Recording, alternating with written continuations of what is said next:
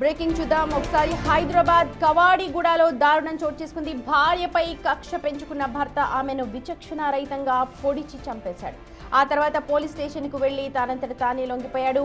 కిషన్ బాగ్కు చెందిన బంగి దెబోరా అనే మహిళ కవాడిగూడలోని ఓ స్పా సెంటర్లో బ్యూటీషియన్గా పనిచేస్తోంది.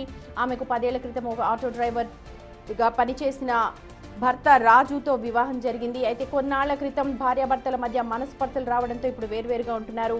2 ఏళ్లుగా కోర్టులో ఈ విడాకుల కేసు నడుస్తోంది. ఈ క్రమంలో నిన్న భార్యాభర్తల మధ్య మళ్లీ గొడవ జరిగింది.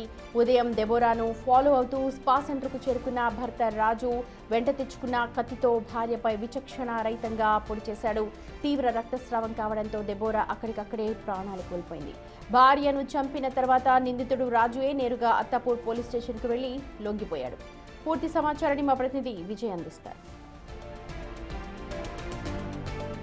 పోలీస్ స్టేషన్ పరిధిలో ఉన్నటువంటి కవాడిగూడలో దారుణ ఘటన చోటు చేసుకుంది. ఇటు బహదూర్పురాకు సంబంధించి కిషన్ బాగ్కు చెందినటువంటి బంగి డెబోరా అనేటువంటి మహిళ కవాడిగూడలో ఉన్నటువంటి ఒక స్పా సెంటర్లో ఇక్కడ పనిచేస్తూ ఉంది, బ్యూటీషియన్గా పనిచేస్తూ ఉంది. అయితే చాలా కాలం క్రితం కూడా తన భర్తతోటి గొడవలు ఉన్నట్టుగా అయితే తెలుస్తూ ఉంది. గొడవల నేపథ్యంలోనే ఇటీవల ఈరోజు ఉదయమే ఇక్కడికి తన భర్త వచ్చి పైకి అంటే 4వ అంతస్తులో, ఈ బిల్డింగ్లో 4వ అంతస్తులో తను పనిచేస్తున్నటువంటి సందర్భం అయితే ఉంది.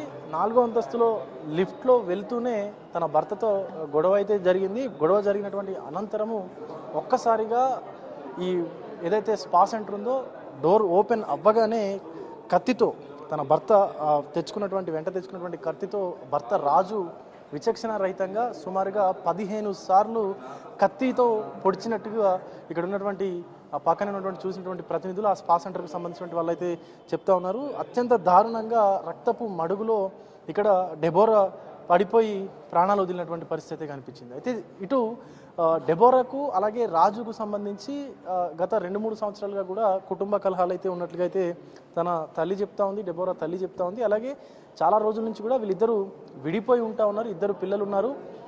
కుటుంబ కలహాలతోనే ఇద్దరు కూడా విడిపోయి ఉంటా ఉన్నారంటూ కూడా తల్లి చెప్తా ఉంది.